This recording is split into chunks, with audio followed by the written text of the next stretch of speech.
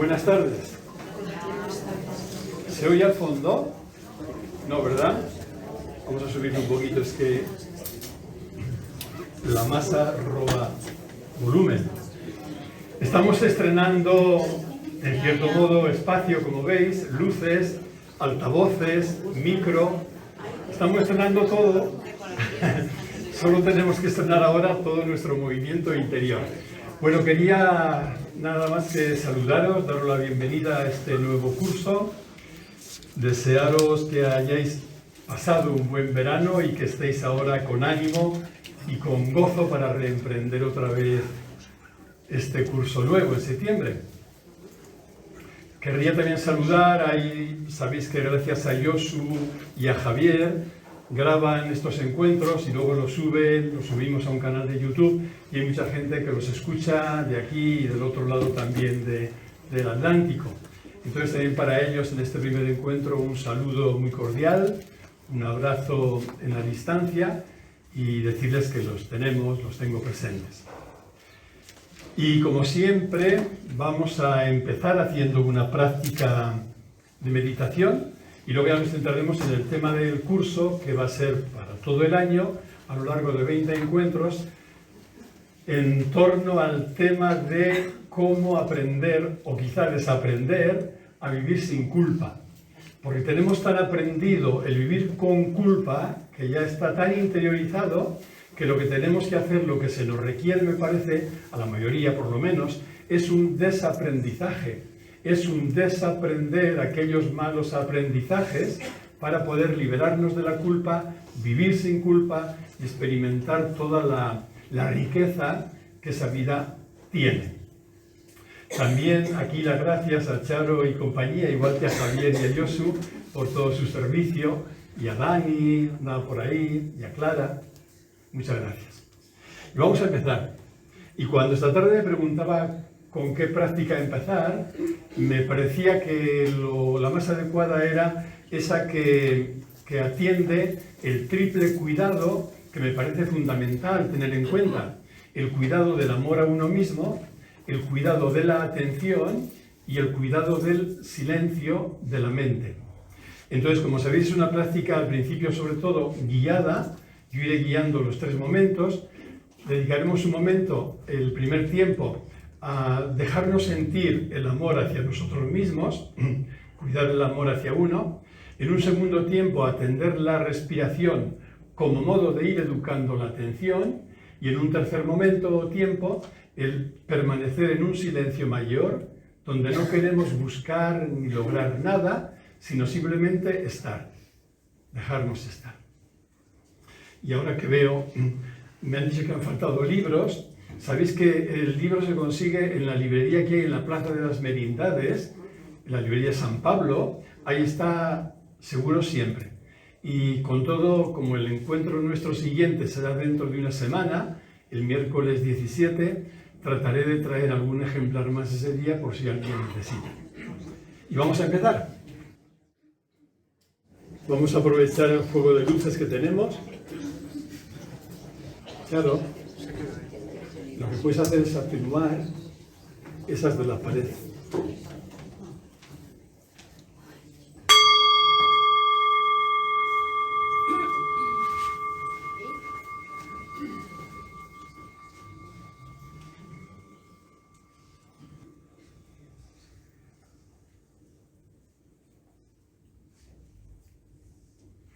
Como siempre, cuando empezamos a meditar, puedes llevar la atención a tu cuerpo. Nota simplemente cómo estás sentada o sentado y siéntelo.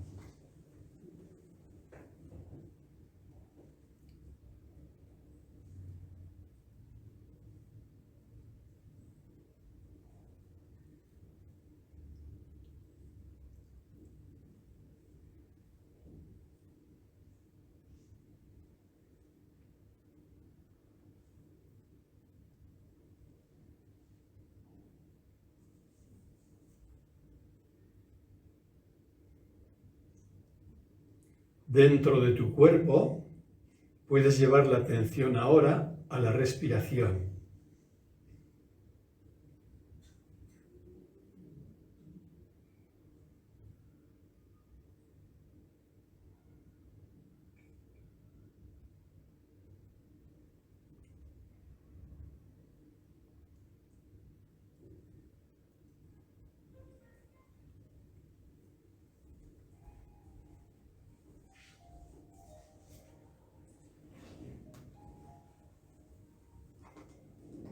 y suavemente puedes colocar las manos sobre el pecho en la zona del corazón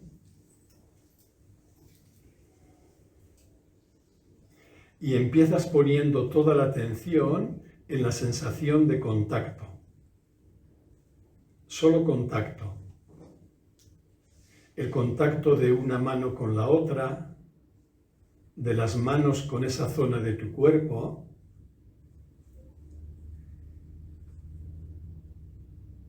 Toda la atención puesta en la sensación de contacto, como si no existiera nada más.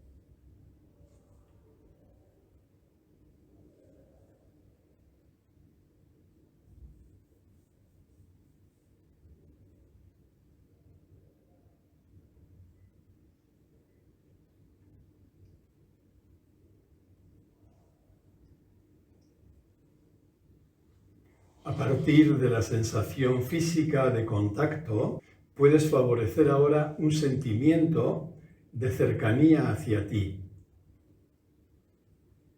Si te ayuda, puedes decirte interiormente: en este momento siento que estoy conmigo. Me siento cercano o cercana a mí. Y toda tu atención puesta en el sentimiento de cercanía hacia ti.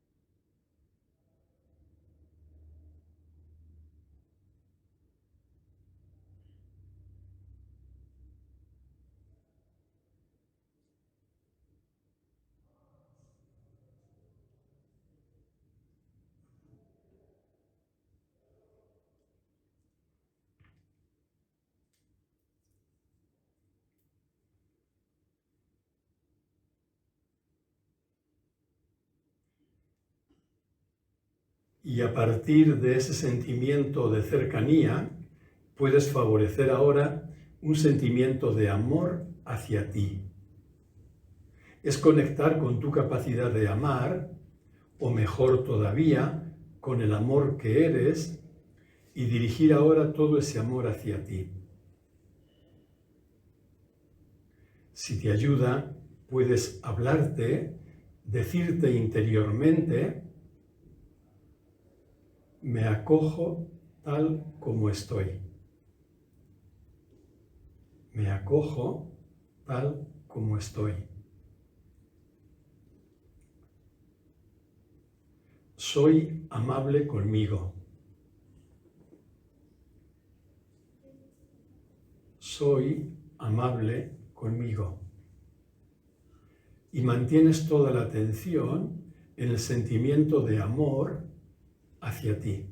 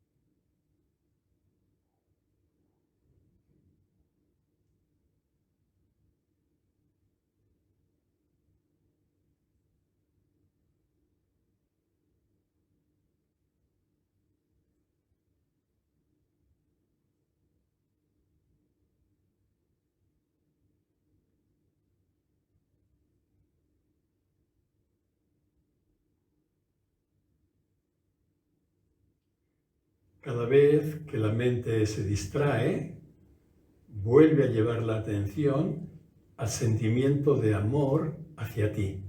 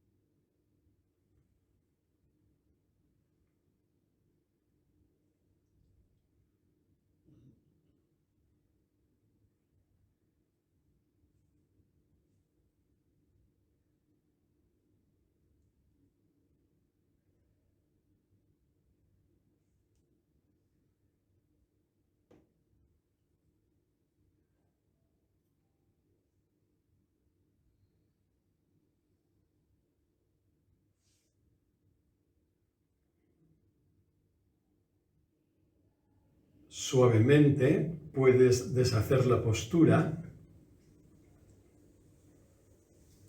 y llevar ahora toda la atención a tu respiración.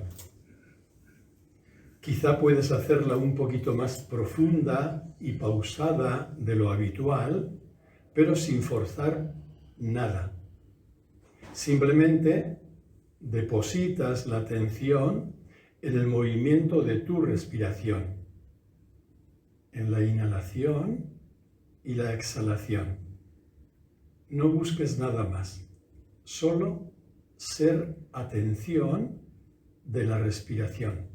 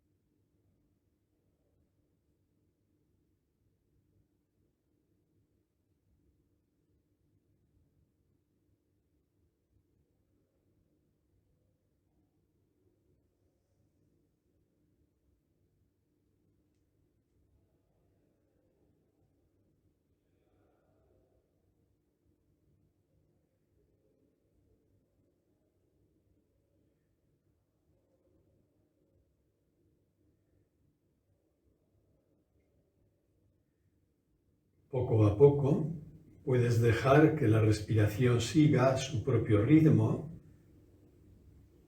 y damos un pasito más para quedarnos en un silencio, todo el silencio que podamos vivir. En la práctica se traduce en un simple estar, solo estar. No hay nada que alcanzar, nada que conseguir, no hay ni que hacerlo bien, es solo estar con la mente acallada. Solo hay atención.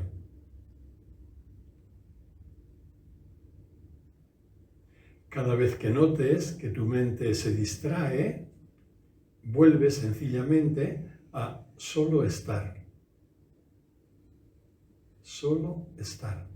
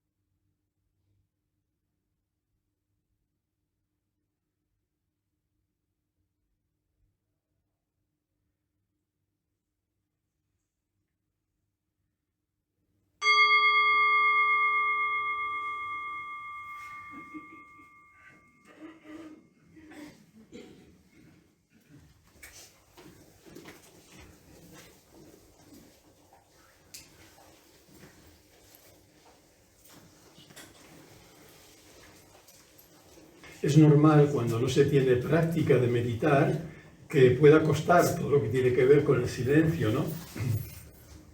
Entonces cada persona puede ver el tiempo que necesita o que se le acomoda a ella. A lo mejor pueden ser solo 2 minutos o 3 minutos, un poquito menos, ¿no? Pero lo que sí es cierto es que cuando vamos entrenándonos un poquito en lo que es esta práctica, los 3 tiempos que hemos vivido hoy resultan, además de todo lo enriquecedores y transformadores, profundamente gratificantes. Es sumamente gratificante quedarte contigo en silencio y dejarte sentir tu cercanía y el amor hacia ti. Es un regalo cuando la persona puede disponer de tiempo, que sean 5 minutos por la mañana, y empezar el día de este modo es sumamente gratificante. Es muy gratificante también, y tiene muchísimos beneficios que los neurocientíficos conocen bien, ir entrenando la atención.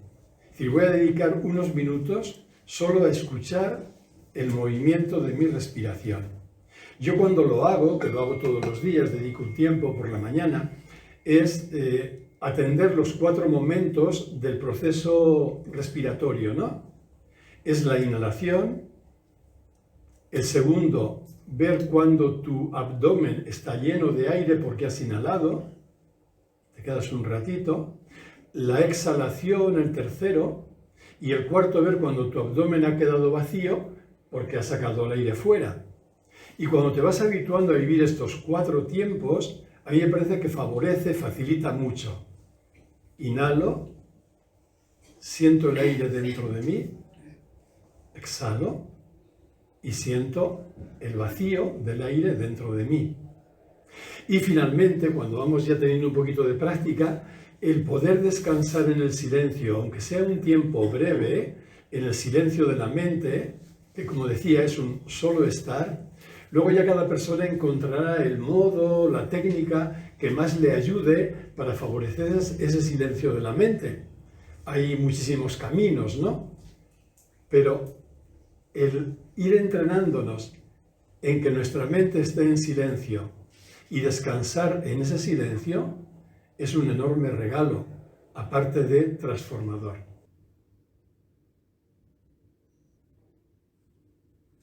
No sé si tenía algo más que decir, pero vamos a empezar ya con nuestro tema de este curso, en lo que se refiere al contenido.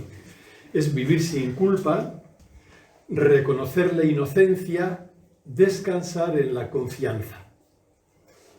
Como decía al principio, quizá nos toque desaprender, porque cuando hemos estado viviendo bajo la culpa de una manera consciente o inconsciente, veremos a lo largo de estos encuentros hasta qué punto una persona puede estar sometida a la culpa y ni siquiera darse cuenta de ello, ¿no? Yo tengo testimonios, por empezar el mío, pero luego de personas que comparten conmigo y que de pronto descubren que parecía que ellas estaban fuera de toda esta historia de la culpa y descubren que casi toda su vida estaba coloreada por este sentimiento, ¿no? A lo largo del curso vamos a ir siguiendo este libro, Vivir sin culpa, desarrollado en 20 encuentros. Entonces va a ser una aproximación como muy detenida, 20 encuentros dan para mucho, y vamos a ir de una forma progresiva. Empezaremos desde lo más introductorio hasta llegar a ver cómo superar definitivamente la culpa, porque hayamos comprendido y caído en la cuenta de que es algo no solo nefasto, es devastador en sus efectos, sino que es algo totalmente equivocado, es erróneo.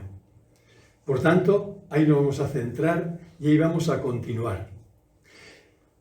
El esquema que vamos a seguir a lo largo del curso tiene estos puntos. En primer lugar, una pequeña introducción, que empezaremos ya hoy, para darnos cuenta de que lo que llamamos sentimiento de culpa es una expresión ya también equivocada. La culpa no es ningún sentimiento. Es otra cosa, pero no sentimiento. Sin embargo, en el lenguaje cotidiano se habla de sentimiento de culpa todo el rato, ¿no? Pero es mal llamado. Y veremos que eso tiene consecuencias prácticas importantes. El primer punto, vamos a detenernos en la génesis y nos preguntaremos cómo nace la culpa. ¿Por qué alguien tiene que empezar a sentirse culpable? ¿Qué es lo que provoca esto? Más aún, cómo la especie humana comenzó desde el principio de su historia a sentir culpa. ¿Por qué? El segundo punto nos tendremos en los efectos. ¿Qué produce la culpa? Y fundamentalmente los efectos son el hundimiento. Nos demos cuenta o no, la culpa nos aplasta, nos hunde y nos destroza por dentro, porque contamina todo. Lo veremos despacito también. En tercer lugar, decía que la trampa es una creencia errónea. Aquí está la clave para empezar a romper la madeja que nos hace estar atrapados en la culpa. No es un sentimiento, acabo de decir, es solo una creencia, pero una creencia siempre errónea. Nunca es acertada o verdadera la creencia en la culpa. Esto nos permitirá dar un paso más hacia la comprensión. Cuando estamos en la trampa estamos en la confusión, en la ignorancia. Entonces de la confusión salimos gracias a la luz de la comprensión. Y en la comprensión veremos dos cosas, de acuerdo con la paradoja que somos los seres humanos. En el plano psicológico veremos cómo dar el paso de la culpabilidad a la responsabilidad, mientras que la primera hunde y devasta a la persona, la segunda nos construye. Y en el nivel de la espiritualidad o en el nivel profundo, caeremos en la cuenta de que la culpa no existe jamás. Nunca existe. Porque cuando comprendemos lo que realmente somos, veremos que no hay lugar para la culpa. No puede existir. Y finalmente, el último punto es lo que queda cuando la culpa se va alejando, se va desvaneciendo, lo que queda es confianza. Entonces el camino sabio, el camino espiritual, es aprender a vivir confiando siempre, aun en los momentos más duros o más difíciles. Hay como un fondo de confianza que nos sostiene. La confianza queda totalmente nublada por la culpa, totalmente oscurecida y anulada. Por eso, en la medida en que vamos desaprendiendo y liberándonos de la culpa, podemos reconectar mucho más fácil con la confianza. No sé si necesitáis, estaba yo con dudas porque veo algunos que escriben algo más de luz por el medio. Sí. Vale. Entonces Charo nos da otro interruptor más y así alcanzará para... Ahí está. Gracias, Charo, de nuevo. Y para empezar, vamos a empezar con dos apuntes iniciales o dos constataciones, ¿no? Una en forma de pregunta y que ya acabo de apuntar. La pregunta tiene que ver con la génesis de la culpa.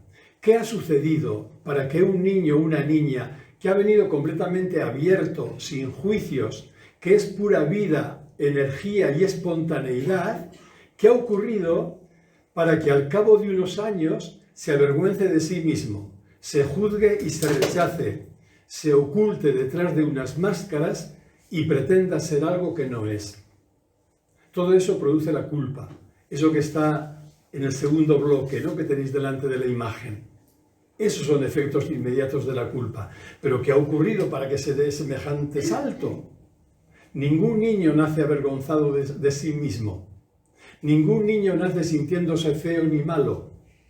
Ningún niño nace sintiéndose culpable, aunque puede haber como una tendencia dependiendo de sus vivencias como feto en el útero de la madre, es cierto, o incluso de alguna inferencia transgeneracional. Pero no, el niño nace así, pura vida, energía y espontaneidad. ¿Qué ha pasado para...? Esta pregunta la tendremos como de fondo para tratar de dar respuesta a ella. Y el segundo apunte que quería traer va en una línea diferente. Es un texto del Dalai Lama que dice: cuando crees que la culpa de todo es de los demás, sufrirás mucho. Y harás sufrir mucho. A veces, esto tiene que ver con el narcisismo infantil y con el narcisismo que todos tenemos un poquito dentro, es el echar la culpa al otro. Ya desde pequeñitos, ¿no? Yo me acuerdo, éramos tantos hermanos y cuando algo se rompía en casa, siempre decías el otro. Ha sido mi hermano, ha sido mi hermana, ha sido el otro, ¿no? Pues esto igual, el buscar es echar la culpa al otro. Y sin embargo, esto que es un mecanismo de defensa que parece que nos alivia de entrada, en realidad es fuente de sufrimiento, porque te pierdes ahí en ese acusar al otro, ¿no? Y haces también sufrir a los demás. Vamos pues a empezar con la introducción. En mi opinión, pocas cosas han hecho y hacen tanto daño a la humanidad como la creencia generalizada en la culpa y en el castigo como medio de expiación de aquella. Es importante ver la unidad que guardan culpa y castigo, y las dos son creencias erróneas. Luego hablaré un poquito más del castigo también. Y las dos están súper presentes en toda nuestra cultura, en toda nuestra sociedad. La creencia en la culpa y la creencia en el castigo. Tienes que castigarte. Fijaos cómo está esto de grabado no solo en la cultura, sino en nuestro propio psiquismo, en nuestro inconsciente, que siempre que una persona se siente culpable, aunque sea de manera inconsciente, se castigará, aunque no se dé cuenta de que se está castigando. Porque nuestro inconsciente busca, como todo lo humano, iba a decir toda la vida, busca un equilibrio, lo que se conoce como una homeostasis. Entonces, si yo me siento culpable de algo, mi inconsciente siente desequilibrio, hay algo desarmónico ahí. Y ese equilibrio mi inconsciente entiende que lo va a recuperar cuando me castigue. Entonces el castigo viene reclamado por la culpa, y el castigo puede ser desde una pesadumbre, un sentimiento de tristeza, hasta una enfermedad psicosomática. O sea, el castigo puede ser amplísimo, ¿no?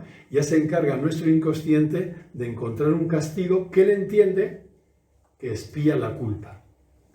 A lo largo de estos encuentros buscaremos un triple objetivo. El primero es desenmascarar la doble creencia en la culpa y en el castigo, que, como acabo de decir, van siempre unidos. Liberarnos de ambas creencias, descubrir que son mentira, que son falsas, y desatar los nudos que a lo largo de los años han podido crear en nosotros y que por tanto tienen bastante inercia, pero siempre es posible, y os lo digo por propia experiencia, vengo de un pasado muy culpabilizado y culpabilizador, siempre es posible desatar ese nudo de la culpa y del castigo. El segundo objetivo es reconocer la inocencia original. El niño del dibujo, de la imagen que presentaba antes, era el niño expresión pura de inocencia. La pregunta era, ¿qué ha podido ocurrir para que aquel niño que era pura vida, pura inocencia, llegara luego a avergonzarse de sí mismo? Cuando nos liberamos de la culpa, emerge, se manifiesta, sentimos, disfrutamos, gozamos nuestra inocencia original. Y eso sí que lo cambia todo. Porque ya me contaréis si es igual ir por la vida bajo el peso de una losa, la culpa que te aplasta, o si es ir por la vida, que diferencia, ir desde una sensación honda de inocencia, de transparencia. Y el tercer objetivo es vivir en confianza. La confianza es lo contrario del miedo y también he quedado aplastado por la culpa. Liberarse de la culpa es poder vivir en confianza. Vamos a empezar pues con el primer tema de los 20 que vamos a ir desarrollando a lo largo del curso, que tiene que ver con desenmascarar la culpa. Como decía, necesitamos desenmascarar esa doble creencia, la creencia en la culpa y la creencia en el castigo. ¿Y por qué? ¿Por qué, podría preguntar alguien, tenemos que desenmascarar esta creencia? En primer lugar, por su falsedad. ¿Por qué es falsa? Tanto la creencia en la culpa como el castigo son creencias erróneas, que tienen consecuencias terribles, ¿no? Muy dolorosas, muy devastadoras, decía antes, ¿no? Pero es que son erróneas, son falsas. Entonces tenemos que salir de ese laberinto culposo sencillamente porque eso es mentira, porque eso es un error. Y hay también que desenmascarar la culpa por los efectos devastadores que produce y que iremos viendo a lo largo de los primeros encuentros cómo se materializan, cómo se concretan. Y mientras no nos liberemos de la culpa, no solo mentalmente, porque la culpa uno no se libera porque diga, bueno, yo ya no creo en ella. No, porque tiene muchos enganches psicoafectivos que es necesario también ir desatando, desanudando. Cuando nos liberamos de la culpa, solo entonces soltamos también, dejan de tener peso en nosotros los efectos que tanto daño nos hacían antes. ¿Qué requiere desenmascarar la culpa? Desenmascarar la culpa requiere fundamentalmente soltar creencias muy antiguas. Creencias me refiero, por ejemplo, creencias, si la culpa no es un sentimiento, sino una creencia, un mensaje mental, las creencias a las que me refiero son creencias del tipo, yo soy malo, yo no soy adecuado, en mí hay algo no bueno, yo mejor que no hubiera nacido, yo no tengo derecho a ser feliz. Estas son creencias muy arraigadas. Están tan arraigadas porque las recibimos con la leche materna, aunque no lo recordáramos, ¿no? Aunque no nos las dijeran verbalmente, pero ya algo en el ambiente nos hacía ver que algo en nosotros no era bueno. Yo creo que todo el sufrimiento infantil, del que hemos hablado aquí muchos años, muchas veces, al final se podría resumir en la creencia que tiene el niño y que le viene a decir, con una forma u otra, con palabras o sin palabras, tú no eres como deberías ser. En cuanto el niño capta ese mensaje, que a lo mejor no te lo ha dicho nunca verbalmente, pero hay mil maneras de hacértelo sentir, cuando el niño capta el mensaje, yo no soy como debería ser, ya, eso lo estropea todo.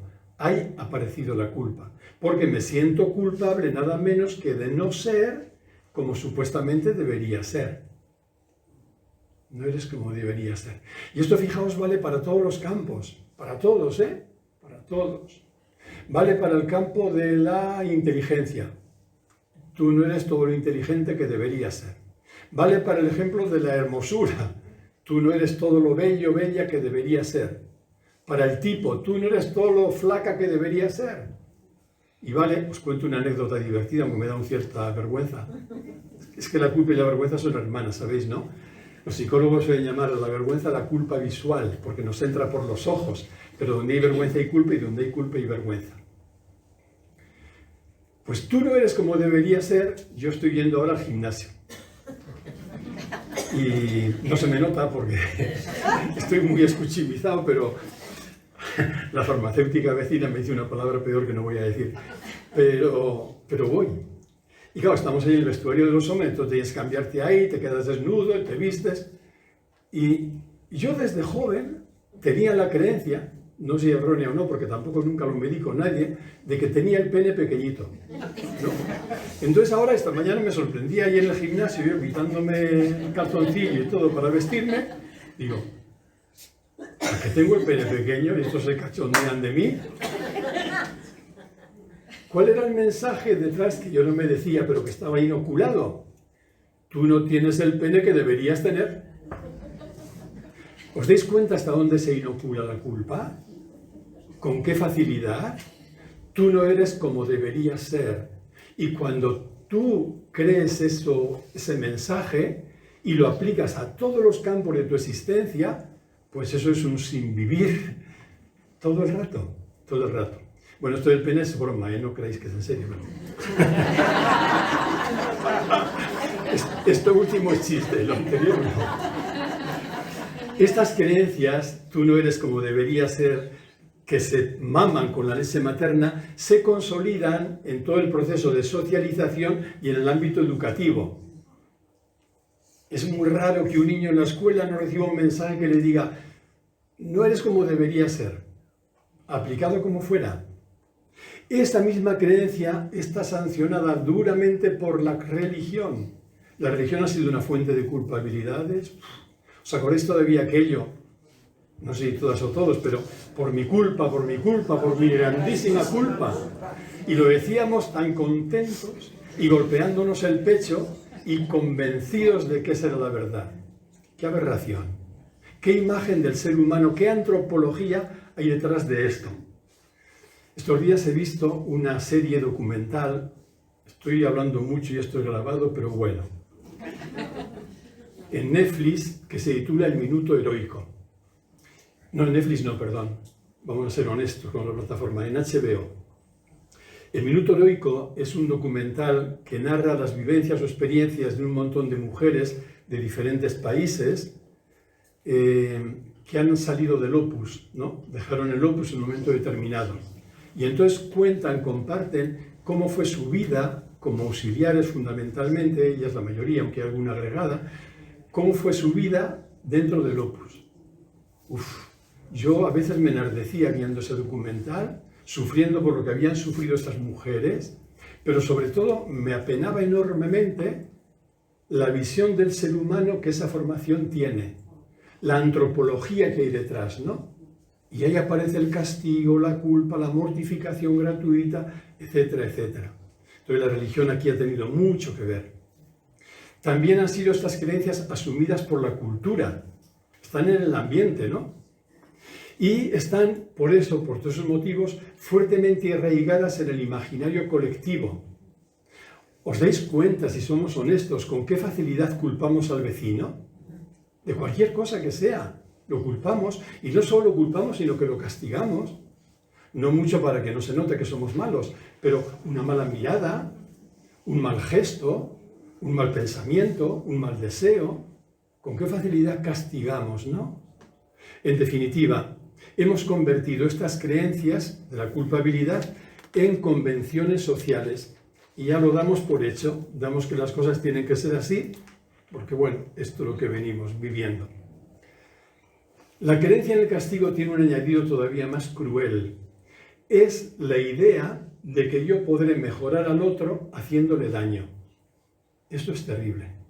Y os invito a que esta noche, antes de dormir, si tenéis ganas, os examinéis un poquito en este punto. ¿Te has descubierto, te has sorprendido alguna vez queriendo hacer daño a la otra persona? No te lo vas a decir así. Tú te vas a decir, yo quería que fuera mejor. Yo quería mejorarla. Yo quería su bien. Y esto te permite justificarte el que le estás haciendo daño. Pero ¿desde cuándo el hacer daño a otra persona la mejora? ¿Cómo la podría mejorar? Aquí nos engañamos. Hasta ese punto tenemos inoculada la creencia en la culpa. Es una idea cruel, ¿eh? El castigo podrá mejorar a la otra persona. Y castigar no es solo un castigo, bueno, como se hace a los niños, esta tarde no comes, o esta tarde no sales, o esta tarde no tienes el móvil. Bueno, hay castigos, ya me entendéis, entre comillas, que no son tales. Pueden ser hasta propedéuticos, ¿no? Pedagógicos en el caso del niño. Pero el castigo es, yo quiero hacerte daño. Aunque no lo pienses, aunque no lo verbalices, aunque no lo digas, pero cuando castiguéis a vuestra pareja, castigáis a vuestro vecino o vecina, castigáis a un compañero de trabajo, castigáis a los chicos, a los hijos incluso, o a los nietos, ¿no estáis buscando hacerles daño? Aunque vuestra mente luego use una justificación. Solo cuando yo me di cuenta de que una mirada dura hacia alguien le estaba haciendo daño, empecé a dejar de castigar, porque me daba cuenta de que, aunque en ese momento no fuera mi intención, pero objetivamente estaba buscando hacerle daño, como diciendo, a ver si aprende de una puñetera vez. Te vas a enterar. ¿Has hecho algo mal? Te voy a castigar. Seguro que todas y todos tenemos recuerdos de la infancia, ¿no? Yo recuerdo castigos que me dolían más que si me hubieran dado una paliza enorme. Castigo de una mirada que te paralizaba. Y un castigo porque se te había caído un plato y se había roto. Era un castigo. Era, te voy a joder, te voy a hacer daño. La intención era buena, para que no rompan más platos. Pero no lo justificaba. Porque el castigarte o el hacerte daño no iba a impedir que rompieras otro plato cuando tuviera que ser, cuando tocara. Esto es duro, lo del castigo, por eso insisto. Y también esta idea cruel del castigo ha sido potenciada en la religión por la imagen de un Dios castigador. Un Dios que muchas veces se presentaba como sádico, vengativo y también cruel. El Dios del Antiguo Testamento es un Dios cruel, lo mires por donde lo mires. Por donde lo mires. Entonces, claro, si la imagen de Dios, que para una persona religiosa es tan importante, es la de un Dios que castiga, ¿qué mensaje estoy recibiendo yo? Tengo que parecerme a Dios. Hay que castigar, ¿no? Y aquí toda la historia del pecado, la culpa, etcétera, etcétera. Todo esto descansa, como decía antes, sobre la base de un enorme pesimismo antropológico. ¿Qué significa pesimismo antropológico? Algún día nos detendremos especialmente en ello. Es tener una visión totalmente negativa del ser humano. Es una visión pesimista de lo que es el ser humano. Es verdad que hay visiones también que pecan de súper optimistas y que no son realistas, porque confunden otras cosas. Pero una visión tan pesimista del ser humano, que lo considera como, en el lenguaje religioso, pecador desde el instante mismo en que nace, eso evidentemente tenía que tener consecuencias también, porque si tú sospechas de que el ser humano es malo, pecador, ya desde el mismo nacimiento, lo estás viendo culpable. No lo puedes estar viendo inocente, con limpieza. Lo ves culpable y lo ves también merecedor de castigo. ¿Qué es lo que ha potenciado tanto la culpa y el castigo? Pues desde el ámbito religioso, la doctrina del pecado original. No me detendré mucho en ello porque dedicaremos un encuentro entero a hablar de esto, de por qué se entendió mal, de cómo puede entenderse bien, de todo ese contexto. Pero claro, la doctrina del pecado original decía nada menos que, debido a un supuesto pecado de nuestros primeros padres, que no sabemos quiénes eran, porque ellos creían que eran Adán y Eva, dos seres humanos históricos, hoy sabemos que no, que son dos mitos, son dos personas, dos símbolos. Venimos de los primates, con lo cual no hubo ni un primer hombre ni un primer humano. Hubo un hilo, una secuencia, una evolución, donde no sabemos en qué momento aquel primate empezó a decir yo soy yo, ¿no? No sabemos. Cuando aquello se entendió literalmente, se suponía que todos los niños nacidos, San Agustín llegó a decir que el pecado original se transmitía por el semen, que todos los niños con el hecho de nacer ya nacían pecadores, por tanto culpables. Hasta el punto de que si un niño moría sin ser bautizado, no podía ir con Dios. Y se creó el limbo para que estos niños no bautizados fueran allí, porque un niño no bautizado era pecador, no se había limpiado del pecado. No sé cómo pudimos durante tantos siglos creer semejantes aberraciones, pero imaginad esto lo que ha influido. Y luego hay otro influjo más moderno y no religioso, laico, es Freud. Freud, para mi modo de ver, es un genio. Hay intuiciones de Freud que son ya patrimonio de la humanidad, que son totalmente valiosas y que están totalmente contrastadas. Pero eso no quita el pesimismo antropológico de Freud. ¿Por qué? Porque Freud entendía el ser humano como un manojo de pulsiones que en cualquier momento podía estallar. Entonces tenía que estar como bien atado, bien sujeto y bien castigado. De hecho, a día de hoy yo han discutido conmigo algunos psicoanalistas ortodoxos y alguno muy importante, reprochándome que como yo niego la culpa, ellos me dicen, si el ser humano no se siente culpable, nunca cambiará ni mejorará. Todavía hoy, discípulos ortodoxos freudianos. Es mentira. El creerte tú culpable no te va a hacer cambiar. Veremos en los encuentros, lo que te va a hacer cambiar nace de otro lugar, tiene otro color. Pero si Freud veía al ser humano como un manojo, como un haz de pulsiones difícilmente gobernable, entonces lo que transmitía era, este tipo es malo y tenéis que castigarlo con frecuencia. Por eso, un psicólogo contemporáneo, Bregman, afirma esto que a mi modo de ver es muy ajustado. Él dice, la doctrina de que los humanos son egoístas de nacimiento tiene una tradición consagrada en el mundo occidental. Esto del imaginario colectivo al que me refería antes, en nuestro imaginario está la idea de que el ser humano es malo, de que el ser humano es egoísta. Cuando yo empecé el trabajo psicológico, yo me formé en psicoanálisis, justamente, psicoanálisis freudiano, por eso lo conozco bien. Pero luego cuando vi aquello no me llenaba del todo, hice psicoanálisis durante años. Entonces derivé un poquito al conocimiento y a la práctica de la psicología humanista. Y una clave de la psicología humanista, pensar en Carl Rogers y Maslow, etc., era que el ser humano tiene dentro de sí todo lo que necesita para ponerse en pie, para restaurarse, porque el fondo del ser humano es positivo. Cuando yo empecé a hablar de estas cosas, de este nuevo ángulo de la psicología humanista, se reían de mí muchos psicólogos y colegas diciendo, este es un buenista, este es un idealista. La verdad es que el ser humano de bueno no tiene nada. Hasta ese punto estaba. Todas las creencias esas vienen a decir, en ti hay algo malo que puede saltar en cualquier momento y que es preciso corregir o incluso prevenir para que no salte. ¿En cuántas cabecitas de papás, mamás, abuelos, abuelas, profes y profas no está presente esta idea? Aunque sea semi-inconsciente, en este niño hay algo malo. Hay que corregirlo, hay que prevenirlo, hay que... Y esas creencias lo que tienen es que apenas que se internalizan, y un niño sabéis que las internaliza enseguida, dan lugar a un niño culpabilizado. En cuanto el niño absorbe esto de que yo soy egoísta, yo no soy bueno, yo soy malo, ya se culpabiliza.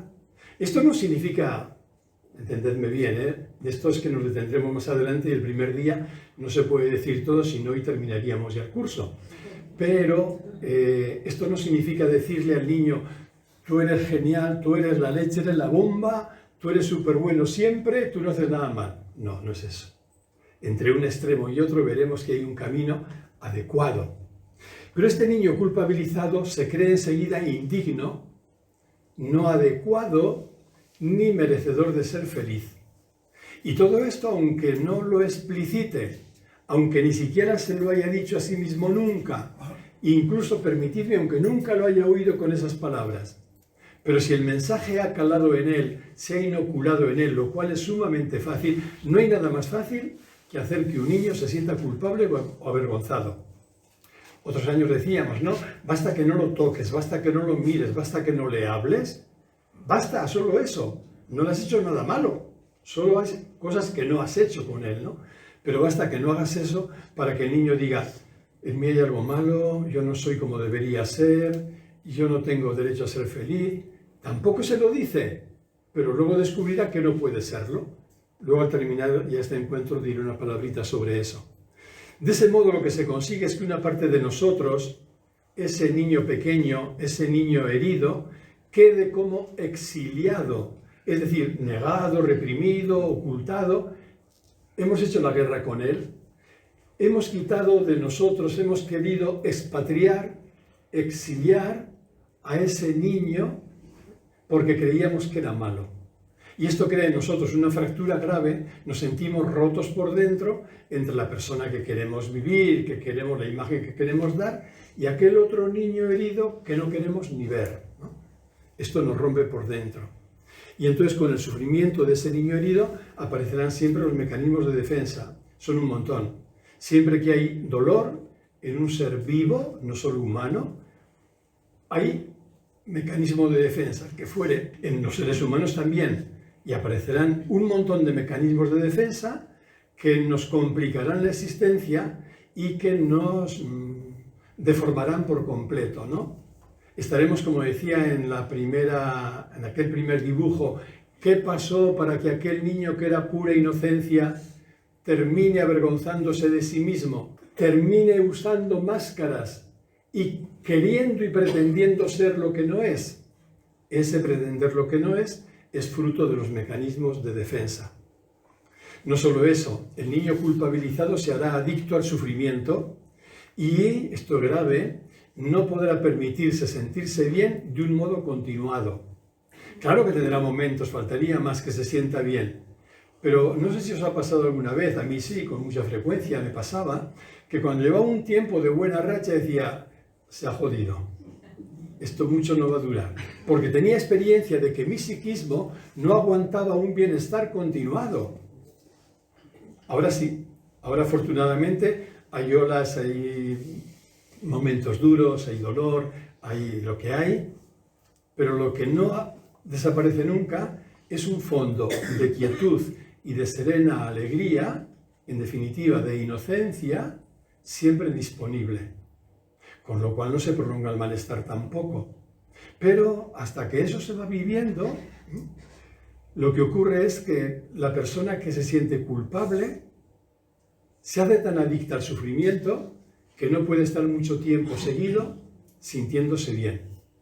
Buscará y será muy agudo su inconsciente o su mente para encontrar un modo, pero buscará el modo de acabar con sentirse bien.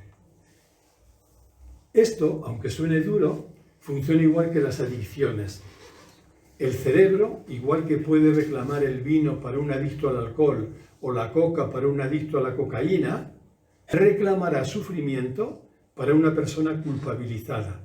Es decir, la culpabilidad, esto es otra forma de castigo, donde hay culpa, decía antes, hay castigo, la culpabilidad nos hace adictos al sufrimiento. Porque claro, si yo no merezco ser feliz, esto está grabado en mi inconsciente, si yo no me merezco estar bien porque tengo grabado que soy malo, aunque no sepa ni de qué soy malo, entonces tengo que castigarme todo el rato. ¿Cómo voy a estar bien? No puedo estar bien. Esto parece una metáfora, ¿verdad? Es literal, es literal.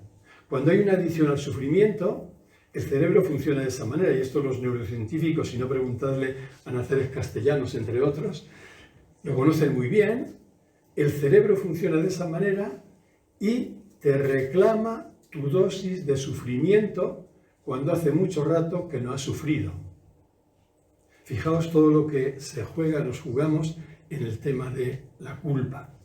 Lo cierto es que con la creencia en la culpa aparecerá el sentimiento de indignidad y la vergüenza. Esto va unido. De hecho, la culpa e indignidad son gemelos, ¿no? Yo me siento malo, me siento culpable, me siento no digno, es lo mismo. Y me siento, de paso, avergonzado, porque decía, la vergüenza es la culpa visual. Cuando yo me siento avergonzado es porque siento que no doy la talla, que no soy adecuado. Recordad la frase primera que está en el núcleo, en el corazón de la culpa. Tú no eres como deberías ser. ¿Por qué me avergüenzo yo? Porque creo que no soy como debería ser. ¿Por qué me avergonzaba de joven y me daba vergüenza desnudarme de otros compañeros? Por mi pene, porque digo, no es como debería ser. Entonces, todo lo que no es como debería ser, te da vergüenza. Porque una persona no quiere que la vean gorda, no quiere que la vean sin pelo, no quiere que la vean con barba larga. ¿Por qué? Porque cree que no es como debería ser. Es así, ¿no? Y con la vergüenza, esto va terminando ya, aparecerá o se producirá la desconexión conmigo mismo y con los demás. Claro, si yo estoy avergonzado de mí, lo que quiero es huir de mí. ¿Cómo voy a disfrutar estando conmigo? Muchas personas cuando quieren empezar a practicar la meditación, el silencio, aunque no se lo diga a nadie, saben que es estar con ellas sentaditas un ratito de silencio. Pero una persona culpabilizada o avergonzada, lo último que quiere es estar con ella. Quiere evadirse, quiere distraerse, quiere entretenerse, quiere hacer cosas, quiere superocuparse, quiere tener la agenda llena, quiere incluso estar discutiendo todo el día o quiere estar juzgando a los demás. Lo único que no quiere es quedarse con ella, porque está avergonzada de sí misma. Entonces, cuando una persona está avergonzada de sí misma, desconecta. Desconecta. Y si ha sido muy temprana la desconexión, tiene un correlato neuronalmente. Hay una conexión neuronal que desconecta también ahí. Y eso tiene consecuencias graves también. Y al desconectar de mí mismo, no solo desconecto de mí, desconecto de los demás. Porque también siento vergüenza ante ellos. Y desconecto de la vida. Porque yo no puedo sentirme reconectado con la vida estando desconectado de mí. Todo eso es consecuencia de ello. Pero no se acaba aquí. ¿Sabéis qué ocurre cuando desconectamos de nosotros? Y hablo también por experiencia propia. Yo hablo de esto, perdonadme el paréntesis, con mucha libertad y con mucha autoridad, bien entendida la palabra autoridad. Porque no estoy pensando en nadie. No estoy diciendo, fulano esto lo clava, ¿no? No, porque estoy hablando de mí todo el rato, Entonces viene por ahí. Pues eso es de mi experiencia también. Con la desconexión de uno mismo, ¿qué es lo que aparece? Aparece el autosabotaje o el boicot interno. Aparece una figura muy curiosa y profundamente dañina, que es el autosaboteador. Es aquello que, queriendo yo hacer cosas determinadas, siempre aparece algo de una forma más o menos retorcida que me lo impide. Yo soy testigo en mi vida de tanto saboteador dentro de mí que boicoteaba mis mejores propósitos, mis mejores proyectos, todo boicoteado. Y ahora sí, me viene a la memoria un amigo querido que tiene un saboteador interno del que es consciente Y dice, jo, es que yo no puedo hacer nada porque hay algo en mí que me está saboteando todo el rato. Cada vez que queremos vivir algo en esta línea de lo que somos y se nos tuerce, ahí hay un saboteador. Y el saboteador es un castigador, nos está castigando. Y nace porque yo he desconectado de lo que realmente quiero, he desconectado de mí. Y entonces, como yo no sé lo que quiero, y como lo que yo voy buscando es no sentirme culpable, es decir, voy buscando que los demás me aprueben y me den valor, lo que hago es no buscar mis objetivos, lo que yo querría hacer, sino buscar lo que sospecho que los demás querrían que hiciera. ¿Cómo no va a haber un saboteador? Tiene que estar, porque para yo hacer lo que los demás esperan de mí, tengo que boicotear lo que quiero hacer por mí mismo. Con lo cual la secuencia sería la siguiente. Es una secuencia que nos lleva como el tipo este con la piedra encima, corriendo en una pendiente abajo. La secuencia es culpa, indignidad, vergüenza, desconexión y autosabotaje. Todo esto viene junto. Tú te empiezas sintiendo culpable, al sentirte culpable te sientes no digno, te sientes avergonzado de ser como eres, desconectas de ti porque no te aguantas, aunque no te lo digas nunca y aunque no sepas el motivo. Yo conozco personas que han vivido intentos de suicidio y no sabían por qué se suicidaban. Sí, porque sufrían tanto que les resultaba inaguantable, querían liberarse del sufrimiento. ¿Pero por qué sufrían tanto? No sabían. Sufrían porque habían desconectado de ellas mismas desde muy temprano, ¿no? Y claro, después de la desconexión, el boicot, el autosabotaje. Voy a terminar casi ya con un texto de un hombre que me parece muy acertado. Luego aparecerá el nombre en la diapositiva siguiente. Él dice, la vergüenza, es la culpa, es la carga más primitiva, aterradora, tóxica y motivadora de todas. Acordaos, es la carga más primitiva, aterradora, tóxica y motivadora de todas. Y uno podría preguntarse, ¿y por qué la vergüenza es tan poderosa? Hablar de vergüenzas como la culpa. ¿Por qué es tan poderosa? Y él contesta, porque cuando nos sentimos avergonzados, culpabilizados, creemos en algún nivel que no valemos nada.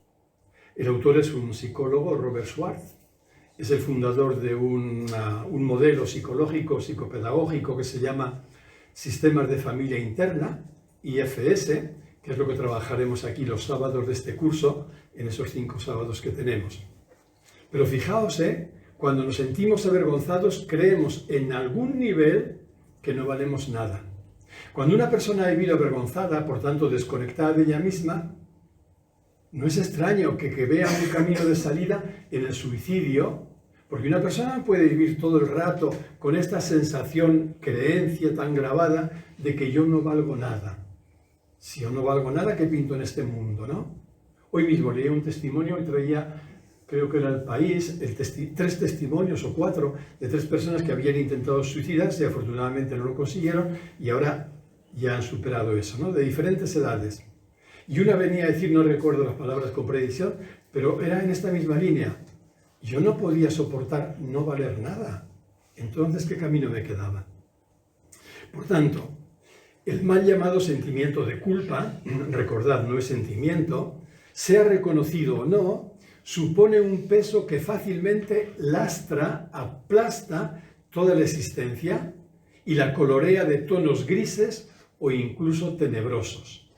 Una persona culpabilizada lo ve todo en tinieblas, está todo oscurecida, ¿no?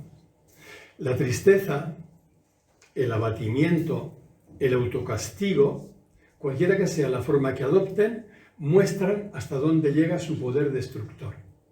Hay más síntomas, veremos en su momento otro encuentro, otros síntomas que nos hacen ver qué peso tiene la culpa o la vergüenza en nosotros, pero estos son evidentes, ¿no? Una tristeza que se prolonga, no es el hecho de estar tristes, entendedme bien. La tristeza es un sentimiento precioso, cuando hay un motivo, tú tienes que estar triste, lo lloras, ¿vale? Es la tristeza continuada, la tristeza que se adueña de ti, que te colorea la vida. El abatimiento, el aplastamiento, el hundimiento, la apatía y el autocastigo, del modo que sea. Pero, decía, la culpa es un mal llamado sentimiento, no es sentimiento, es solo una creencia. Por eso la culpa es engañosa hasta en su mismo nombre, el nombre de sentimiento. Porque en realidad la culpa no es un sentimiento, sino solo una creencia. Y una creencia siempre, sin excepción, siempre errónea. No hay culpas sanas. El lenguaje es limitado, ya lo sé, ¿no? Pero me entendéis. No hay culpas acertadas. La creencia en la culpa siempre es una creencia errónea. Esto es importante saberlo, sobre todo para trabajarla en psicoterapia, por ejemplo. Lo digo brevemente, ¿no? Si aún tenemos un minuto. En psicoterapia, si tienes que trabajar una persona, por ejemplo, un sentimiento fuerte, como puede ser la ira o la rabia, ¿cuál es el camino para trabajar ese sentimiento? Es ayudar a la persona que en el marco terapéutico, en la confianza que le da el acompañamiento, se deje sentir la ira y la rabia. Y si es preciso, le acercas una almohada o un cojín para que saque toda la rabia golpeándolo. ¿Por qué? Porque al golpear la rabia en ese marco terapéutico, se libera de ella. La sacamos del cuerpo, porque la rabia, como toda sensación fuerte, toma nuestro cuerpo, ¿no? Si es la tristeza exactamente igual, o la pena, ¿cómo se libera una pena? Por ejemplo, en un duelo. Dejándotela sentir. La pena no se cura nunca cuando la olvidas, cuando la reprimes, cuando la aplastas, cuando la niegas. No. La pena se libera cuando te la dejas sentir y entonces descubres que la pena sentida dura 15 minutos. La que tienes hoy disponible. Luego a la tarde vendrá otra dosis, ¿no? Pero la que hay cuando tú la dejas sentir. ¿Qué ocurre, sin embargo, con la culpa? Si con la culpa hiciéramos esto, yo conozco algún llamado terapeuta que lo ha hecho, si con la culpa hacemos esto, lo que hacemos es meter a la persona todavía más hondamente en un pozo tenebroso. Porque si tú te sientes culpable y te dejas sentir la culpa y te la dejas sentir, pues al final te tienes que pegar un tiro. La culpa no se puede trabajar así. ¿Por qué? Porque no es un sentimiento. No es un sentimiento. Entonces no tienes que sentirla. Nunca hay que sentir la culpa. Lo que hay que es liberarse de ella, desenmascararla. Dicho de otra forma, como es una creencia, de la culpa solo nos liberaremos gracias a la comprensión. No sintiéndola, no dejándonosla sentir, sino comprendiendo que es una creencia errónea, comprendiendo cómo se ha instalado en mí y sobre todo comprendiendo que yo soy inocencia.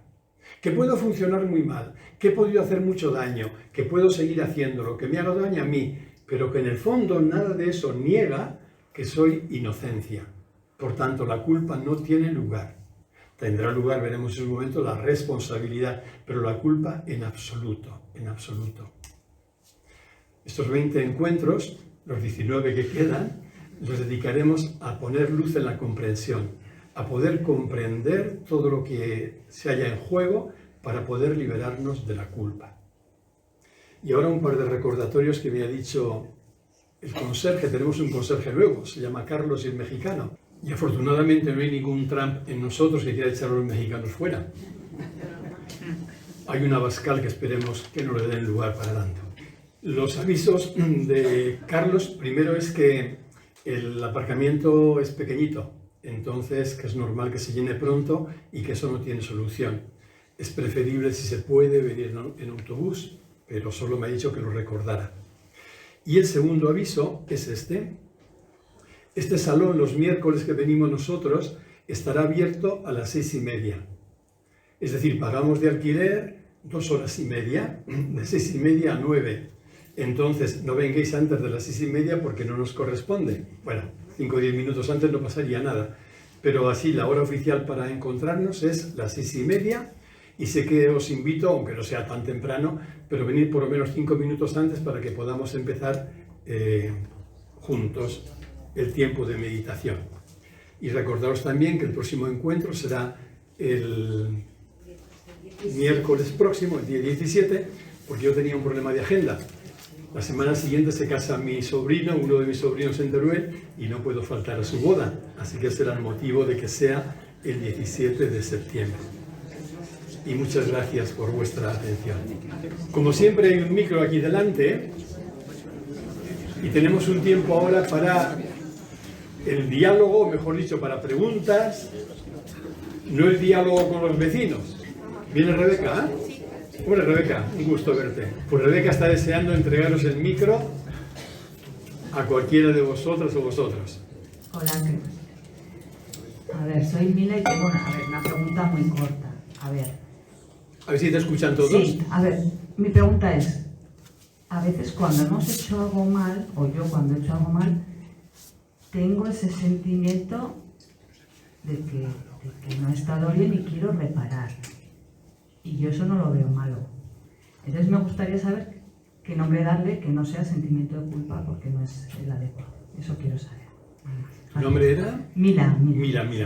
Muchas gracias, Mila. Me encantan los alumnos y alumnas que se adelantan a la clase siguiente. Sí, dedicaremos un día solo a que cuando yo hago algo daño, me siento mal, cómo me siento y a qué me mueve ese sentimiento de malestar, ¿no? Se agrupará, ya digo ahora, bajo el bloque de la responsabilidad, que implica también la reparación que te brota. Pero veremos que no tiene nada que ver la reparación que nace de la responsabilidad de la que nace de la culpabilidad. La reparación que nace de la culpa, lo veremos en ese día, lo que hace es aumentar que te sientas más culpable todavía. La reparación que nace, no me gusta mucho la palabra reparación, pero bueno, de la responsabilidad te hace crecer como persona, te hace bien. Pero si lo veremos, te juro, un encuentro entero para esa pregunta. Sí, bueno, lo primero agradecerte. ¿Quién? Sí, Levanta la aquí. mano. Perdona, antes veía. Yo me llamo Lourdes y estoy muy contenta de venir aquí y agradecerte cada vez que vengo lo genial que eres. Gracias, mi abuela me decía lo mismo. Bueno, por eso seré abuela. Mira, yo quería comentarte una cosa muy sencilla que me ha parecido cuando salía la definición de culpa de este psicólogo último que has hablado, de Schwartz, sí. Me parece que era. Salía la palabra motivadora. Sí. Me chocaba mucho porque todas las demás tenían un sentido peyorativo y sin embargo esa parecía hasta brillante. Nada más, gracias. Gracias, Lourdes. Me ha pasado exactamente lo mismo que a ti. Digo, ¿quién ha metido aquí esta palabra? Me ha pasado lo mismo. Entonces tengo que repasarlo porque puede ser una errata mía o puede ser que él con esa palabra motivadora quiere decir motivadora de todos nuestros desastres. Yo quiero entenderla que si él la pone, aparte de que la han traducido mal, porque él escribe en inglés, lógicamente, si la han traducido mal, pero si es palabra suya tiene que ser, el significado tiene que... Causa, que motiva todos los desastres que luego provoca en la persona. Pero te prometo, Lourdes, si vienes el próximo día, me lo recuerdas, que lo miraré y veré si ha sido un error mío, que a lo mejor me he equivocado yo. Pero efectivamente, tal como la entendemos habitualmente, esa palabra está fuera de lugar. Sí. Si os acordáis de ella, la voy a poner otra vez. Esta es. No. Esa. La vergüenza es la carga más primitiva, aterradora y tóxica. Y punto. Motivadora, no. Pero lo miraré. Gracias por darte cuenta. Eso quiere decir que estás muy atenta. ¿Quién más? Vale. Hola, mi nombre es Romero y quería hacer un comentario sobre lo que has comentado respecto al castigo. Sí. A ver, el castigo, las personas que tenemos mediana edad convivimos con él cuando éramos niños y cuando hemos sido padres. Pero en el castigo yo nunca he visto una intención de hacer daño. Al menos en mi entorno, sino que era el único recurso que sabíamos, porque así nos lo habían transmitido, de educar o de crear buenos hábitos, o sea que en la sociedad sociedad en la que vivimos, bueno, si alguien se portaba mal, pues lo castigaba y así aprendía. Era el mecanismo de aprendizaje. Y sin intencionalidad negativa, solamente. Enhorabuena, Romero, si tú lo has vivido, lo vives así. Si lo has vivido tanto para recibirlo como para tú hacerlo, enhorabuena. A lo mejor es un problema de lenguaje. Yo es que pasa eso que nombras, yo lo nombraría refuerzo negativo, que no tiene nada que ver. Pero el castigo creo que encierra para mí esa idea cruel de hacer daño al otro. Eso es castigar, ¿no? El refuerzo negativo no, pero ¿cuál es otra diferencia entre castigo y refuerzo negativo?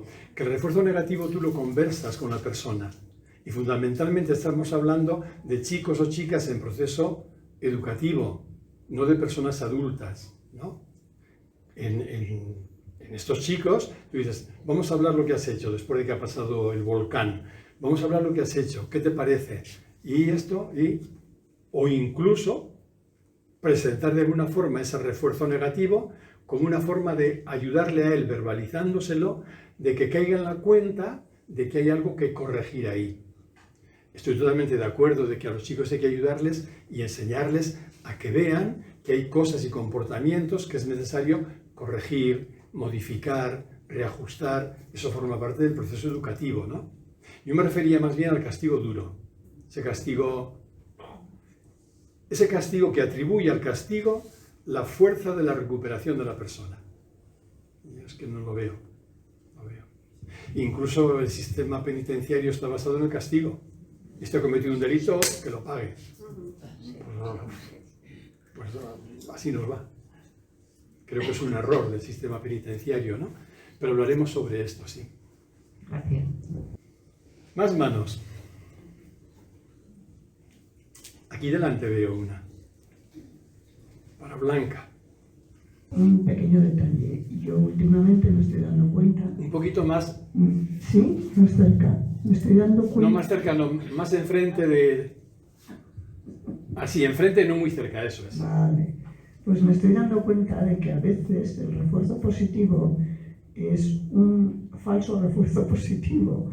Quiero decir que a veces yo que estoy de observadora mucho de las conductas de sus padres con mis nietos y de la mía propia, pues veo que reforzarle cuando son buenos, cuando están alegres, cuando lo han hecho bien, cuando no sé qué, y nunca decirles tu tristeza si está justificada, vívela, o tu error entra en el proceso de vida. Y entonces me da la impresión de que a veces con eso del refuerzo positivo estamos diciéndole si no eres esto que yo te estoy reforzando positivamente, no sirve. Entonces yo creo que hay que tener un poco de cuidado porque es que tenemos tantas trampas. Sí. Eso simplemente. Sí. Gracias, Blanca. El refuerzo positivo puede jugar en contra de lo buscado precisamente porque puede estar poniendo ante el niño un ideal como que lo está obligando a ir en pos de un ideal que le va a llevar, aunque no se dé cuenta, a negar su realidad. Y esto es totalmente contraproducente. Y puede también jugar mal en otro sentido, en el sentido de que si yo solo hago que valorar lo positivo del niño, puedo crear un niño profundamente narcisista, donde estoy valorando lo suyo, lo bueno, pero no estoy teniendo en cuenta toda su realidad. A mí me parece que no puede haber educación sana que no se apoye en la verdad completa del niño. Y la verdad completa del niño es pura inocencia, es pura bondad, verdad y belleza en lo profundo, como lo somos todas y todos, pero en su funcionamiento alterna el comportamiento acertado con el desacertado. Y entonces hay que hacerle ver su realidad entera, lejos de querer construirle o que se construya un yo ideal, lejos del narcisismo, pero la realidad entera, distinguiendo, teniendo solo un cuidado, y el cuidado es no confundir nunca, creo que esto es un error frecuente en la educación, no confundir nunca lo que el niño hace con lo que el niño es.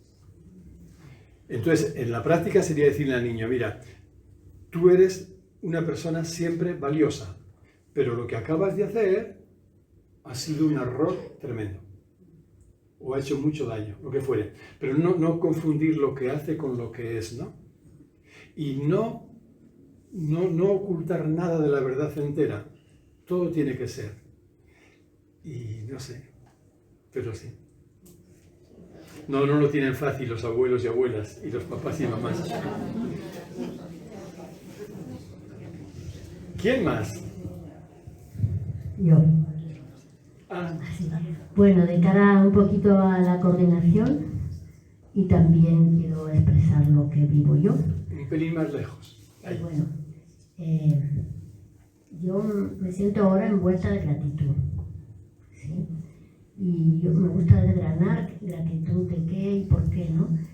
La primero que me viene es a ti, Enrique, por inaugurar este curso con este tema que es tan importante, que realmente yo creo que en junio vamos a ser otras personas, ¿sí? Estoy segura, porque es un tema que lo tenemos tan en el inconsciente que ni nos damos cuenta, tan sutil, que nos ha embarrado mucho la vida, ¿no?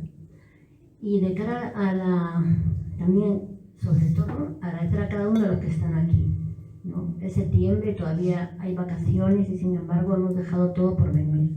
Gracias, porque cada uno es un aporte, vuestra energía aporta a todos, ¿sí?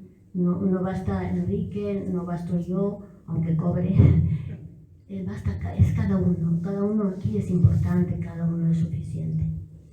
Y también quiero darles un abrazo especial de Paulino, y como todos me han preguntado, todo el rato me han dicho, ¿cómo está Paulino?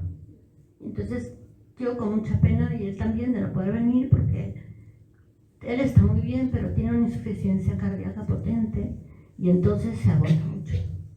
Y entonces eso es, ¿no? Yo no quiero haber parecido maleducada, de repente no he respondido bien, porque todos con qué cariño me han preguntado por él, ¿no? Por eso quiero responder a todos. Sí, esa es la situación de hoy. Un poquito más lejos, Charo. Y luego también, ¿así? Es que hace mucho ruido. Ya. Y luego también, pues, eso, agradecer, por ejemplo, a Carmele, que me está ayudando tanto en la cobradera y todo esto. Como 15 personas me han dicho que no les ha llegado mis correos. Y a pesar de que se supone que yo tengo sus direcciones. Entonces, por favor, escríbanme mejor vosotros y le pongan Rosario Escudero, así bien fácil, de la Charo, Rosario Escudero, @gmail.com. Y entonces así no voy a perder vuestras. ¿Vale? Bueno, gracias, un abrazo a todos. Gracias. Cuidado con el micro, ponerlo cerca porque se está grabando y luego en la grabación estos boom, estos ruidos fuertes distorsionan mucho. ¿Quién más? Ya veo una mano. ¿Podéis contar alguna experiencia, alguien si quiere, que tenga que ver con la culpa o la inocencia? Vamos. Quiero decir que no tienen por qué ser solo preguntas. Yo te iba a preguntar una cosa, porque si me pongo a contar necesito toda la tarde y otro rato más para contar de la culpa. Entonces, una cosa que has dicho, a ver, he querido entenderte lo que yo pensaba, pero lo voy a decir en voz alta a ver si es verdad o me engañó. Cuando has hablado de no dejar de terapéuticamente sentir la culpa, porque no es un sentimiento, sino que es muy dañina, yo he entendido a modo rumiación, porque a modo exploratorio, para poder descubrir lo que has dicho tú al principio, ¿no? Esa idea de no soy válido, no soy, para ver qué te cuenta, a modo exploratorio puede ser adecuado, ¿no? Dejársela sentir. No para entrar no, dejarla, explorarla, quiero decir. A modo exploratorio, no como sentimiento porque no lo es, sino localizándola como creencia, poder revivir experiencias que tienes para poder desde dentro explorarlas y ver a dónde te llevan dentro de ti. A eso me refería. No que te la dejes aumentar en ti, ni crecer, no a modo rumiación. Tal cual. Pero no solo rumiación. La rumiación es mala siempre, no solo para la culpa, sino para cualquier cosa. No solo rumiación, sino me ratifico otra vez en el sentirla, no sentir. Es muy distinto sentir de explorar. Explorar, claro que necesitamos, ¿no? Entonces yo digo, a ver, en el día de hoy, ¿cuándo se me ha colado la culpa? En aquella relación, en aquella vergüenza que he pasado, en aquel... Eso es explorar la culpa. Pero no es decir, me siento culpable. No. Es que no puedes sentirte ni un ápice, porque si no la estás alimentando. Y es totalmente posible explorar la culpa a fondo sin necesidad de sentirla. La culpa tuya, ¿eh? O sea, mejor dicho, la culpa tuya no. No hay culpa. La presencia de la culpa en tu persona. Eso es posible explorarla sin necesidad de sentir la culpa.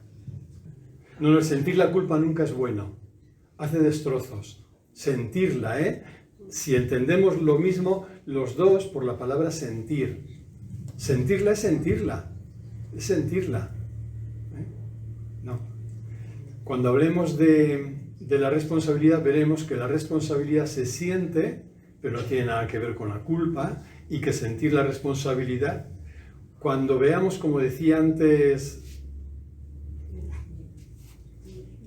Mila, cuando sintamos el dolor por lo que yo he hecho mal, el dolor es totalmente terapéutico sentir. Me duele y me dejo sentir profundamente el daño que le he hecho a alguien con un comportamiento. Eso es sano sentirlo, el dolor. Pero la culpa no. La culpa no. ¿Con la duda ocurre lo mismo que con la culpa? Con la duda. La duda es que de sentimiento no tiene dada. El interrogante es sano porque el interrogante te estimula, te abre horizontes, te preguntas cosas, pero la duda, que es un estar, si entiendo la palabra igual que tú, un estar carcomiéndote, dando vueltas a algo sin parar, eso te paraliza por completo, ¿no? Te estanca. La duda no. Además, si la duda te la dejas sentir, termina siendo una duda ambulante, ¿no? Porque dudo de todo y siento la duda crece, siento la duda. Y con la culpa, a mi modo de ver, pasa igual. Me siento culpable, me siento poquito culpable, pero me siento. Pues me siento culpable, he sido malo hoy con fulano, poco que culpa. Y me siento un poco más, y me siento un poco más, y me suicido. Pero puedes añadir más cosas, ¿eh, Esther? Ya me ves la cara, ¿verdad? ¿Eh? Tengo otra experiencia. Ahí te llevan el micro otra vez. Tenemos tiempo, sí. Y más atrás, Rebeca, he visto la mano, si no me he equivocado. Es que es para café. Ah, sí. Charla, ¿eh? No, tengo otra experiencia desde algún punto. No es que no es mental. En mi experiencia he vivido momentos en los que, no sé, creo que estamos diciendo algo diferente con la palabra sentir, ¿vale? Ahí creo que está el problema. Porque traspasando la culpa, pudiéndole acoger, escuchar, aunque sea errónea, he podido descubrir su error. Me ha podido llevar desde su error a mi luz, a mi ser, traspasándola. A ver, dos cosas, Esther. Dos cosas. La primera es que me vas a contar alguna experiencia concreta, pero concreta, ¿no? Para que podamos seguir un poco. Y la segunda es, cuando tú traspasas la culpa, ¿la traspasas dejándotela sentir o la traspasas simplemente explorándola, observándola, permitiendo que esté esa realidad presente en ti, pero sin sentirla? Dejando sentir, pero con la distancia siempre de estar yo ahí. No, sí, pero para poderla explorar, revivo la situación para verla más a fondo. Siempre estando yo ahí, no metiéndome en la culpa, claro, ahí a saco, sino claro, con distancia. Pero fíjate que pones revivir la situación claro que la puedes revivir y sentir. Yo siento y revivo la situación que ha ocurrido. Y dentro de esa situación percibo la culpa, lo que he hecho mal si quieres, percibo la culpa y la exploro. Y por eso la puedo traspasar. Más aún, como decía antes, puedo dejarme sentir el daño que en esa situación he cometido para analizarlo mejor. Puedo explorar cómo a partir de ese daño mi mente se ha enganchado en una idea culposa o en una idea de culpa, pero estoy explorando, no estoy sintiendo. De todos modos, a lo mejor tienes una experiencia que es más práctica. Sí, tengo muchas, lo que pasa es que Me resulta complicado sin no pues nada. porque no quieras ponerme, sin contar mucho.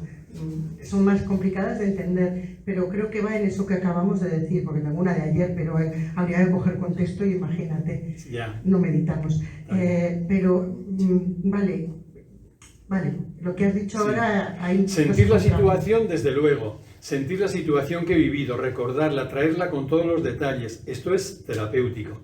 Sentir el daño que se ha producido, que he realizado. O que me ha producido a mí mismo. O que me ha producido a mí mismo. El error, todo. Sentir todo eso, totalmente de acuerdo. Y sentir todo eso, ver, en ese contexto, yo me he sentido súper culpable. Y entonces decir, una vez que he descubierto que me he sentido culpable en ese contexto, ¿qué hago con ella? Eso es explorarla. Y entonces ahí la traspasas. Sea así, sí. Ya, pues, vamos, sí. Pero también, Esther, habrá, no podrás porque tienes mucho trabajo en tu cole, pero habrá un encuentro que lo dediquemos todo el encuentro a analizar esto de cómo sentir o qué sentir cuando veo que la culpa se ha hecho presente y yo no puedo negar que he actuado mal, pero no tengo que sentirme culpable.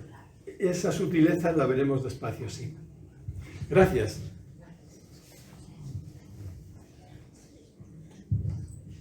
Hola. Hola. Soy Filomena Enrique. Bueno, muchas gracias. Lo primero, estoy un poco nerviosa porque para mí el tema de la culpa me toca bastante. Y hay algo que tú has dicho, o no sé de qué manera lo has dicho, como que a veces está ahí y a lo mejor a muchas personas de aquí de la sala les preguntarías si sienten la culpa y puede que te digan que no. Yo, si alguien me preguntara si yo me siento culpable de muchas cosas en mi vida, casi seguro que no, pero me doy cuenta que es tan sutil, ha impregnado de tal manera mi vida que no soy ni siquiera consciente de lo culpable que me siento. Ya por el hecho de ser mujer me siento culpable. Porque nunca eres suficientemente buena ni como madre, ni como hija, ni como hermana, ni como abuela, ni como mujer, ni como pareja, ni como nada. Nosotras también tenemos el pene pequeño, ¿sabes? O sea, lo tenemos todo pequeño. De hecho, hay algo tan curioso. Yo soy abuela de 2 nietos de 5 y 6 años y me he propuesto ir a la piscina con ellos con mis tetas al aire. Porque me parece flipante que le tape las tetas a mi nieta con 5 años y a mi nieto no. Le pregunté el otro día a mi nieta por qué ella se tapa y me dijo, abuela, eres tonta, pues porque el mundo está hecho así.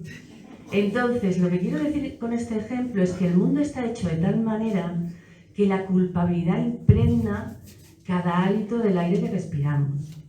Yo, como digo, soy abuela y he tenido solo un hijo que se llama Abraham. Abraham tiene 40 años. Yo todavía estoy en números rojos con mi hijo. Es decir, mi hijo no para de pedirme cosas y siente que su felicidad y su infelicidad depende de mí. Lo último que me ha pedido es que me vaya de mi casa y se la deje para que él pueda hacer obras en su casa. Y que tiene cómics de hace 30 años que los encasquete yo en la librería de mi casa porque en el trastero se le pueden estropear y los tenga allí años. Y a él le parece lo normal y natural pedir esto. Entonces a mí la culpa me ha atravesado y me ha atravesado el cuerpo, porque a mí me cuesta mucho decirle a mi hijo que no.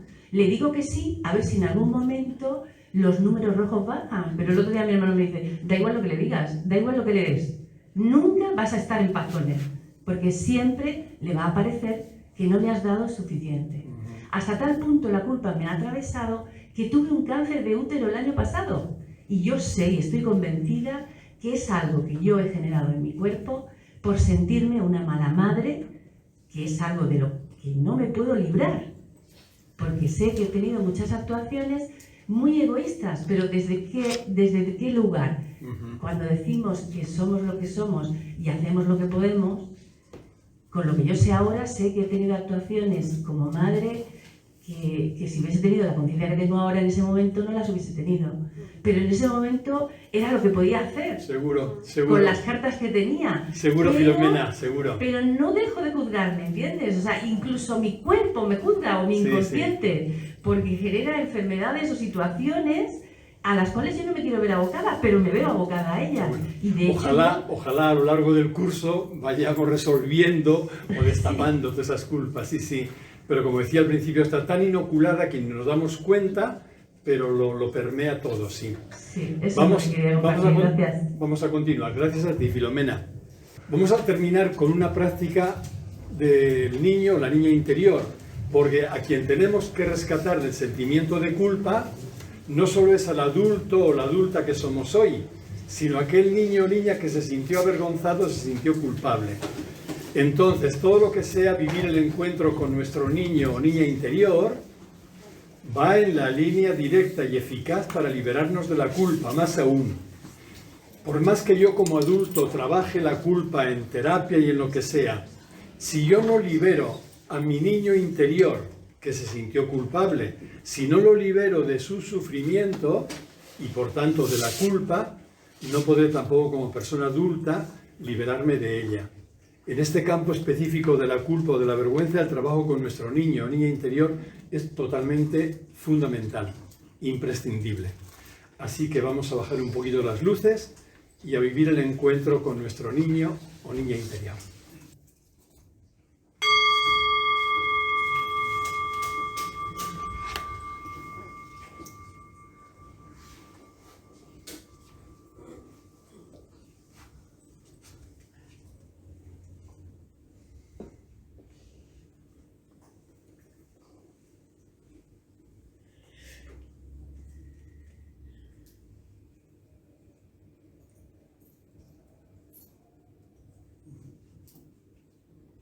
Como siempre, puedes empezar llevando la atención a tu cuerpo. Nota simplemente cómo estás sentada o sentado y siéntelo.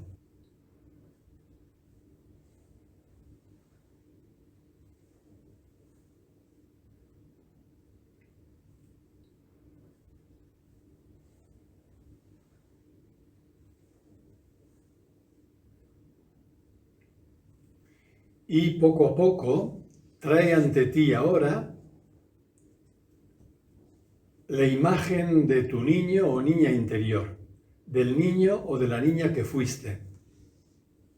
Quizá valiéndote del recuerdo de alguna fotografía de tu infancia, quizá con la imagen del niño o de la niña que ya has trabajado en otras ocasiones.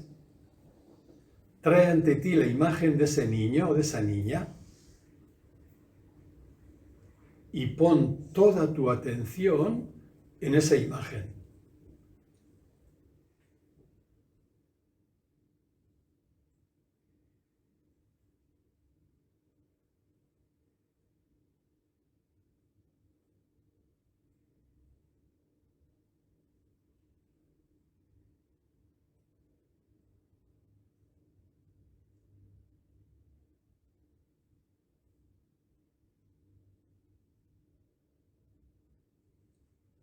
Observa su rostro.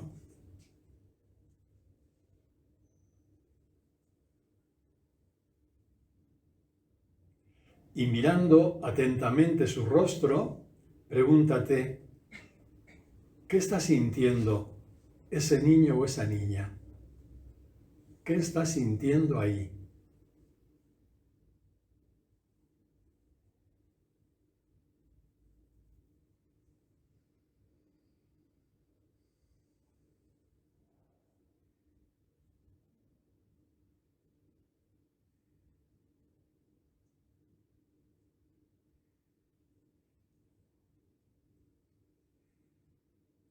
Y al hacerte consciente de lo que estás sintiendo, ¿qué te parece que necesita que le digas ahora?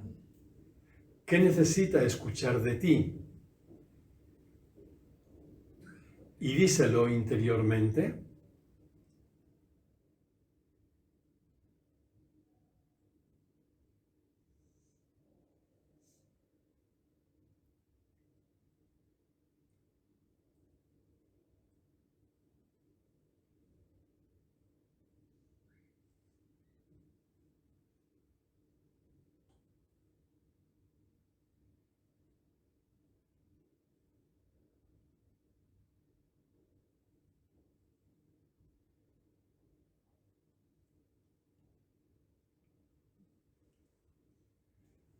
Y tras esta primera mirada, vamos a hacer todo un recorrido para encontrarnos más y más profundamente con él o con ella.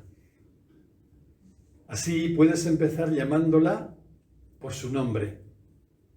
Tantas veces cuantas desees, vas pronunciando interiormente su nombre.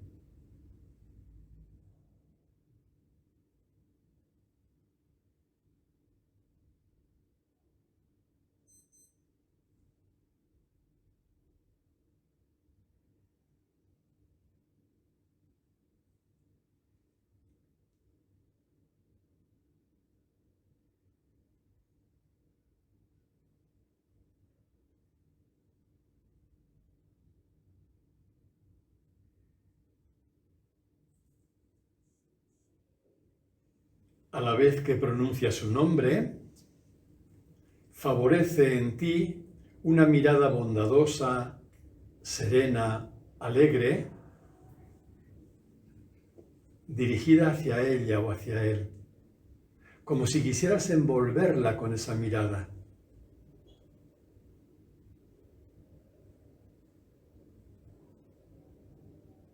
Y mira a ver si te es posible o no percibir la inocencia de esa niña o de ese niño. No te exijas nada, cada cual hacemos lo que podemos hacer en cada momento. Pero mira a ver qué mirada puedes dirigirle, o si todavía no puedes, no pasa nada. Y si es una mirada que puede ver su inocencia, o todavía no.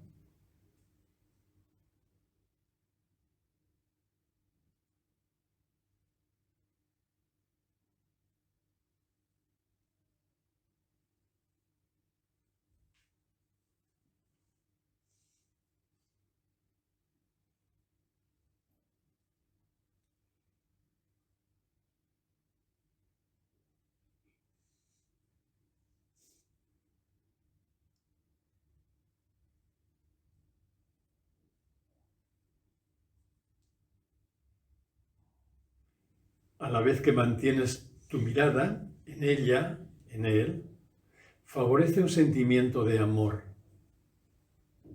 Es conectar con tu capacidad de amar hoy y dirigir todo ese amor hacia aquel niño o aquella niña.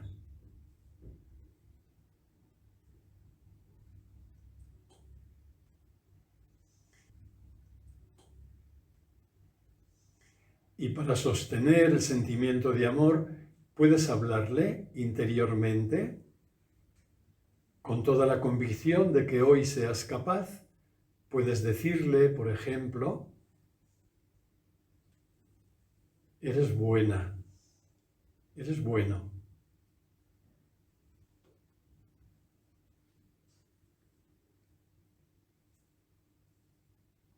Eres valiosa. Eres valioso.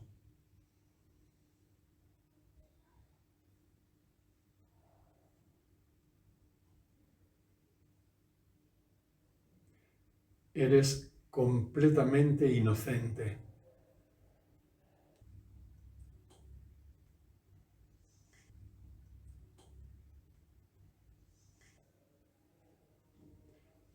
Estoy contigo. Te quiero como eres y puedes sentirte segura o seguro conmigo.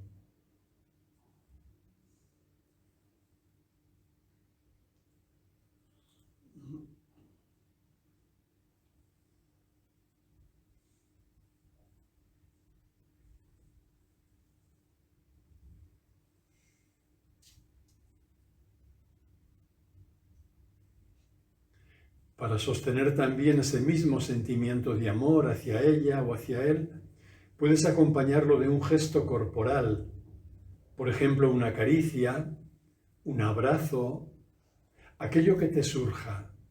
Pero todo lo que es el cuerpo resulta muy importante para acercarnos a nuestro niño o niña interior.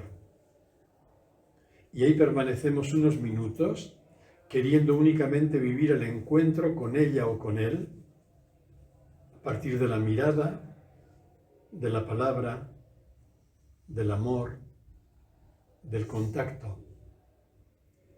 Ahí nos quedamos, queriendo solo vivir el encuentro.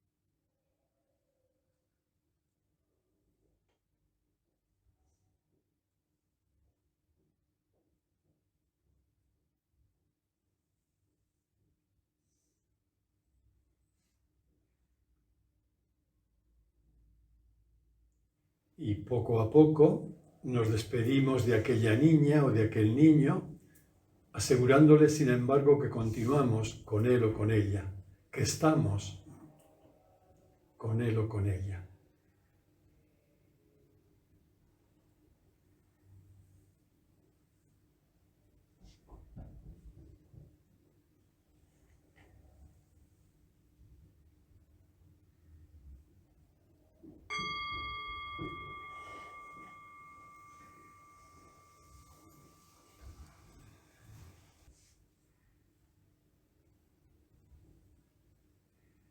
Pues muchas gracias por vuestra presencia, por compartir este tiempo y hasta el miércoles que viene. Nos veamos. Que tengáis una buena semana.